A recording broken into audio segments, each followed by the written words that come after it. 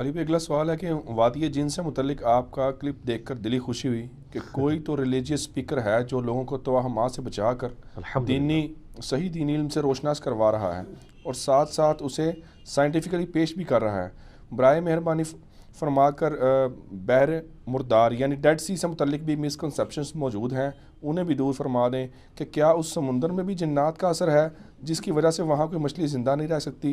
اور اس سے بڑھ کر حیران کن بات یہ ہے کہ اس پانی میں انسان جسے تیراکی نہیں آتی وہ بھی بغیر تیراکی کے ڈوبتا نہیں ہے، تیرتا رہتا ہے۔ جی اس کی وضاحت کرنا ہے۔ ہاں جی، بات یہ کہ وادی جن کا تو جن پکڑا گیا نا، اللہ کا شکر ہے الحمدللہ۔ ہاں جی، اور اتنے توہمات اس کے ساتھ جوڑے ہوئے ہیں۔ ایک تو کہتے ہیں نا وہ جنات ہیں جی، اس کی وجہ سے وہ گریوٹی کے اپوزٹ چیزیں چڑھتی ہیں، وہ سارا آپٹیکل الوژن ہے۔ اور پھر یہاں تک بنایا ہوا ہے جناب کہ جی وہ روزہ شریف کی طرف ہر چیز جاتی ہے، نیوٹرل کر دیں، تو ظاہر ہے وہ جس طرف اتران ہوگی اسی طرف جائے گی نا۔ وہ دیکھنے میں جو چڑھائی نظر آ رہی ہے نا، وہ بیسیکلی اتران ہے۔ اس کا میں نے بتایا تھا سمپل سا حل ہے کہ جہاں پہ آپٹیکل الوژن موجود ہیں، آپ اسپرٹ لیول لے جائیں وہاں پہ، یا لیول اس کو رکھیں، وہ خود بتا دے گا اس کا ببل کہ کون سی جگہ اونچی ہے کون سی نیچی ہے۔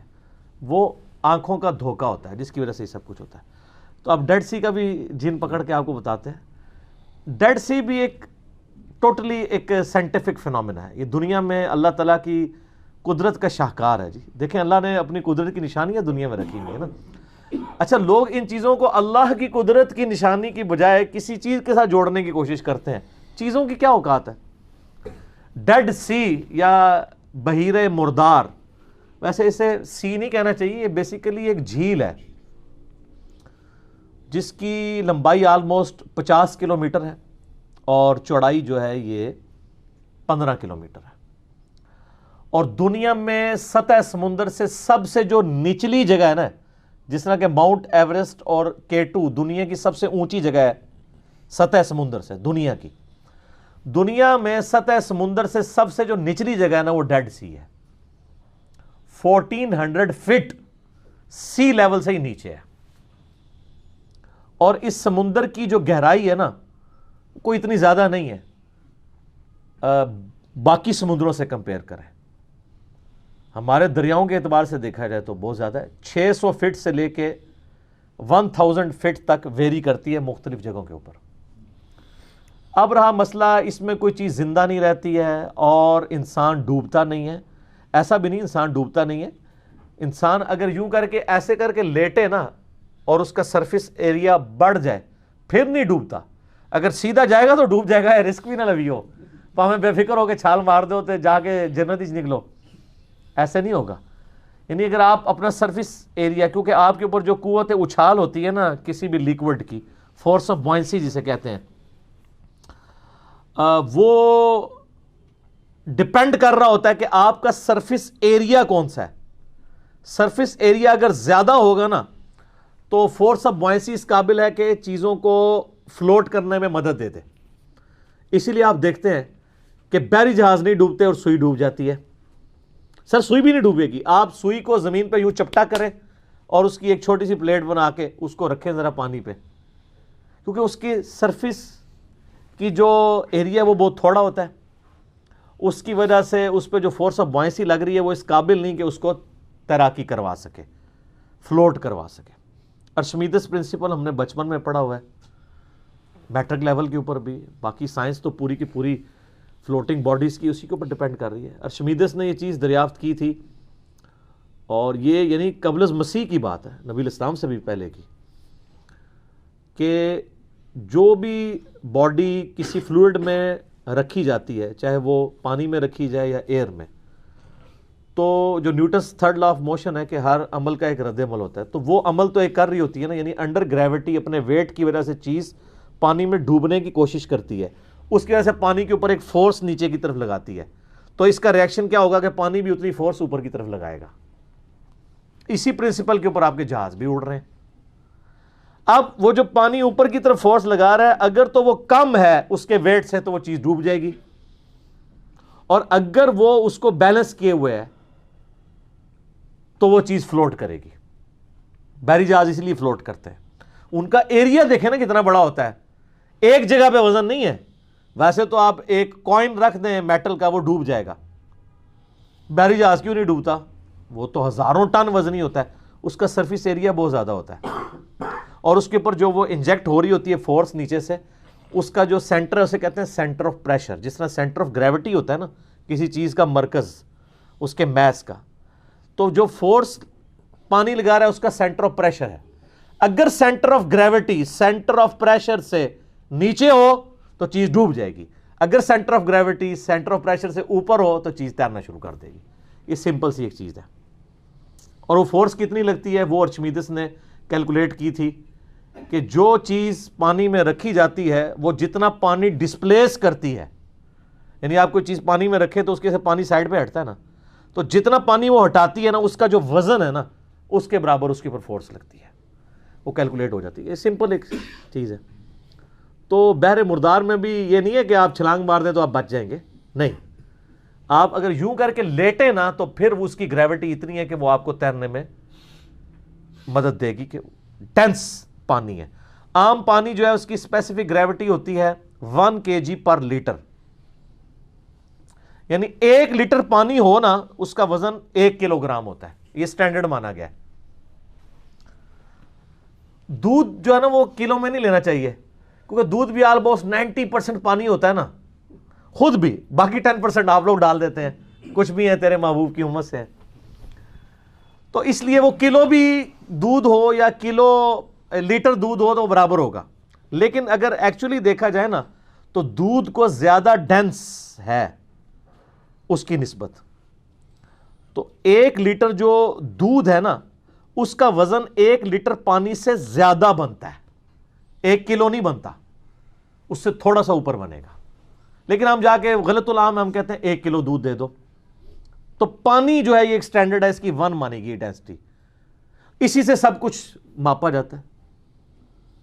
گولڈ کی جو ہے وہ آلموسٹ 19.3 کے قریب ہے، کتنی زیادہ ہے. اس طریقے سے یورینیم کی بھی 19 یا 18.7 اس کے قریب ہے. اور لیڈ کی 11 ہے، یعنی لیڈ جو ہے وہ 11 ٹائمز وزنی ہے پانی سے. وہ بچپن میں وہ کہتے تھے نا جی 1 کلو روئی زیادہ ہوتی ہے یا 1 کلو لوہا، تو لوگ کہتے تھے جی 1 کلو لوہا نہیں، دونوں برابر ہوتے ہیں.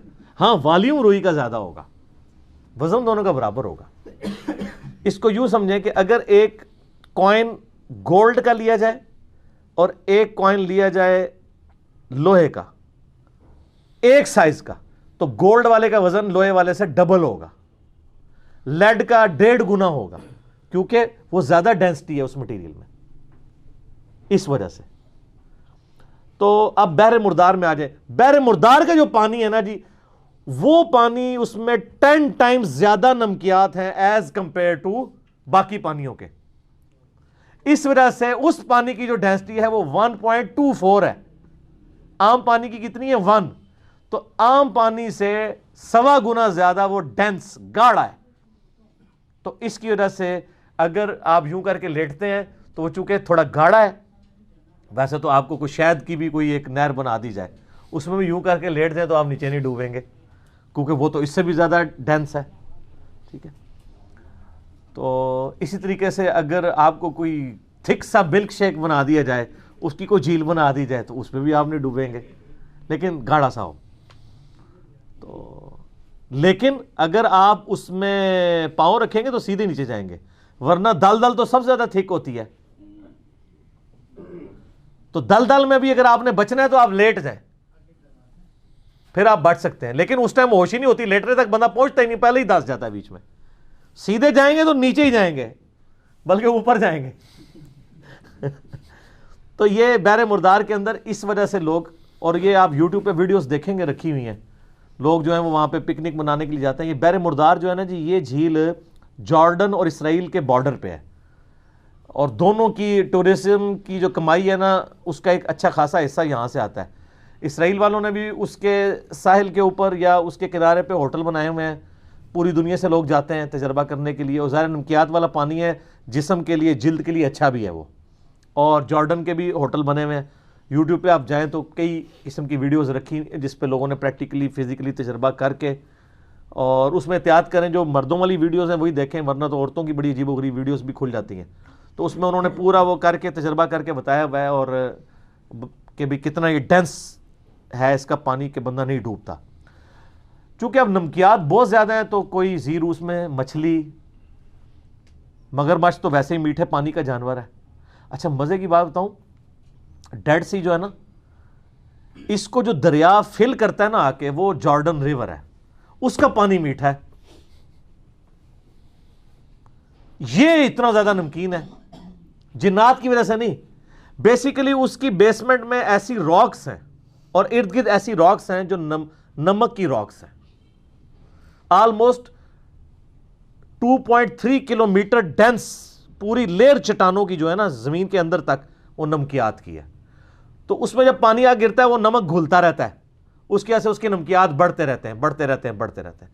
میٹھا پانی آگے گرتا ہے اور اس کے اندر آ کے نمکین ہو جاتا ہے. اور جو تھوڑی بہت مچھلیاں، ویسے تو ایسا کوئی نیچر کا سسٹم ہے کہ بہت تھوڑی مچھلیاں آتی ہیں، مچھلیوں کو بھی پتہ ہے اس طرف نہیں جانا، مچھلیاں پیچھے ہی رہ جاتی ہیں، ورنہ ساری مچھلیاں ضائع جائیں جارڈن ریور کی، تو وہ مچھلیاں پیچھے ہی رہ جاتی ہیں. اور یہ پانی جب گرتا ہے نمک والا ہو جاتا ہے. اب نمک والے پانی میں مچھلی تو زندہ نہیں رہ سکتی، نمک والا پانی تو آپ پی بھی نہیں سکتے، اتنا ڈینس، میدا کٹ جائے گا آپ کے سارے نظام. سمندر کا پانی پینے کے قابل تو نہیں ہوتا جب تک آپ اس کے نمکیات اس میں سے یعنی علیحدہ کر کے اور پانی نہ اس میں سے حاصل کر لیں ایویپوریشن کے ذریعے سے یا ٹریٹمنٹ پلانٹ کے ذریعے سے.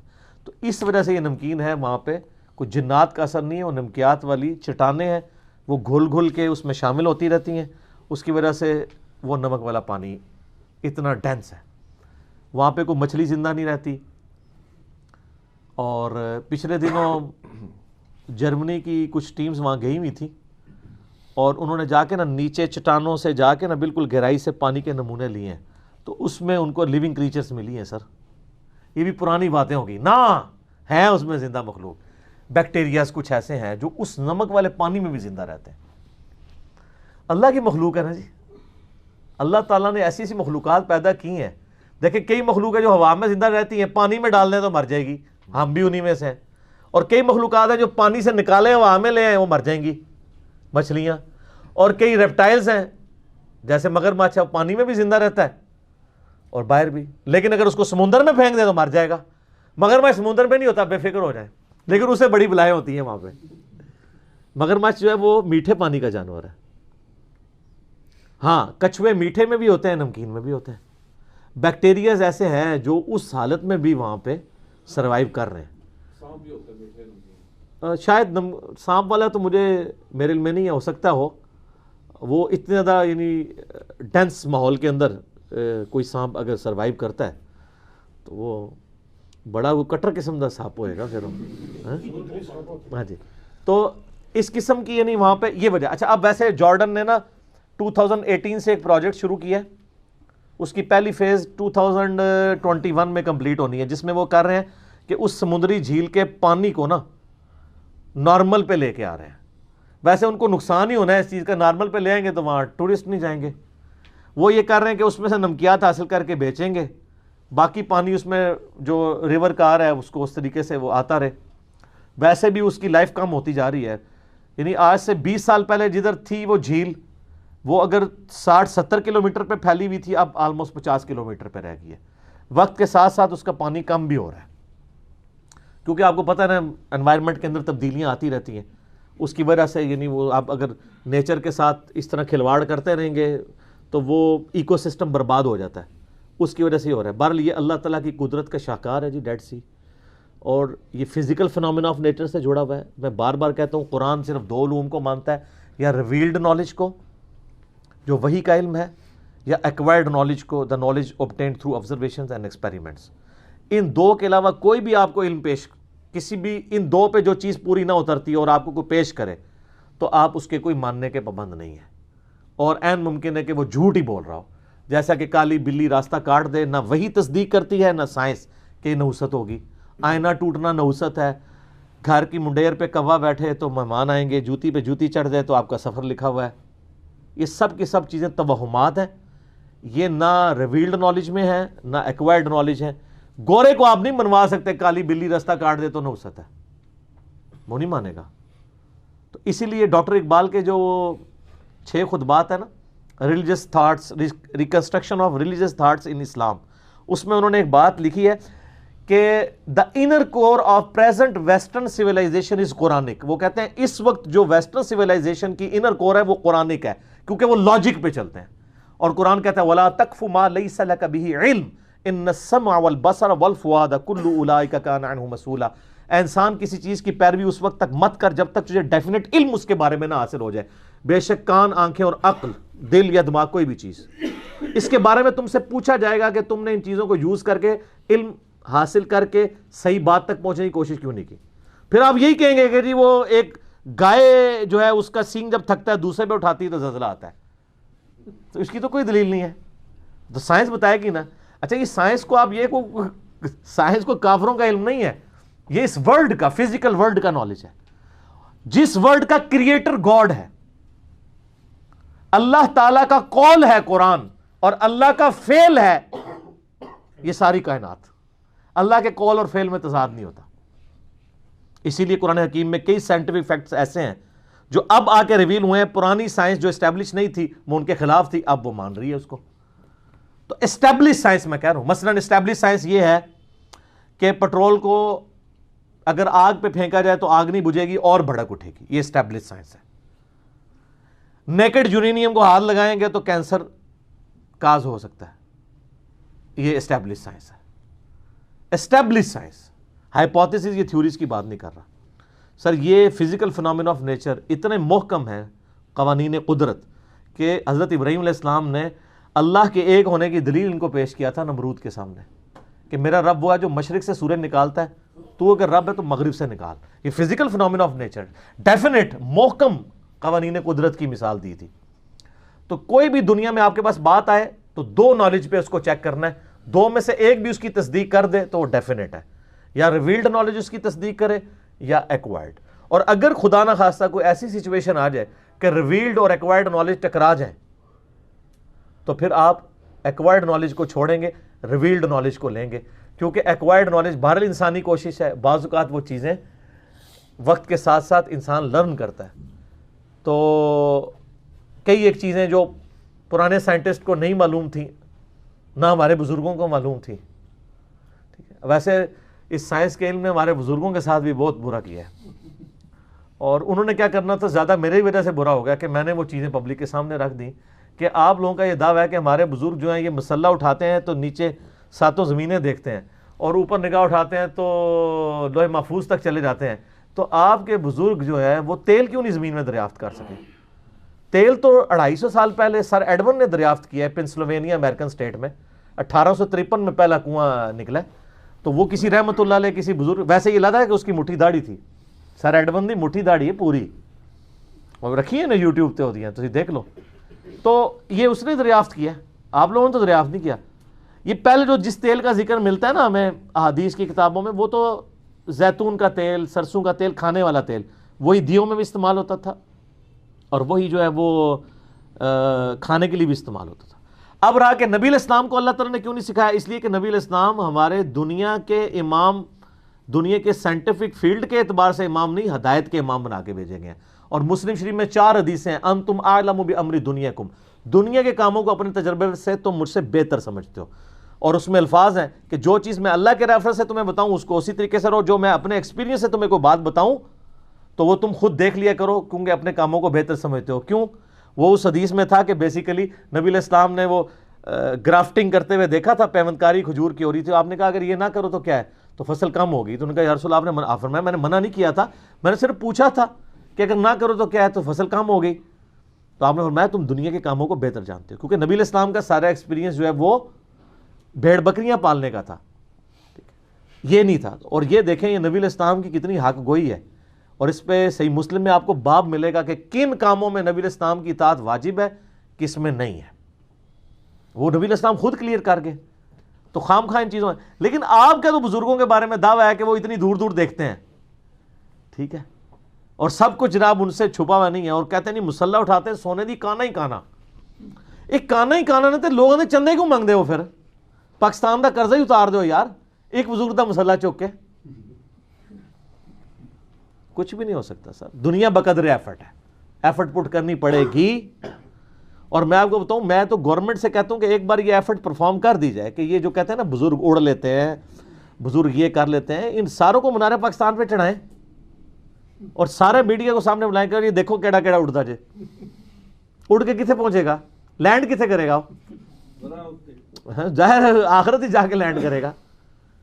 اور یہ جو ان کے اتنے دعوے دار بنے، میں ان کو بھی کہتا ہوں، آپ لوگوں کو اپنے بزرگوں پہ اتنا اعتماد ہے نا، تو ہم آپ کو اپنے بزرگوں سمیت بوئنگ 747 پہ بٹھاتے ہیں اور پائلٹ کو کہتے ہیں تو بھائی بسم اللہ پڑھ کے نا پیراشوٹ کھولتے نکل۔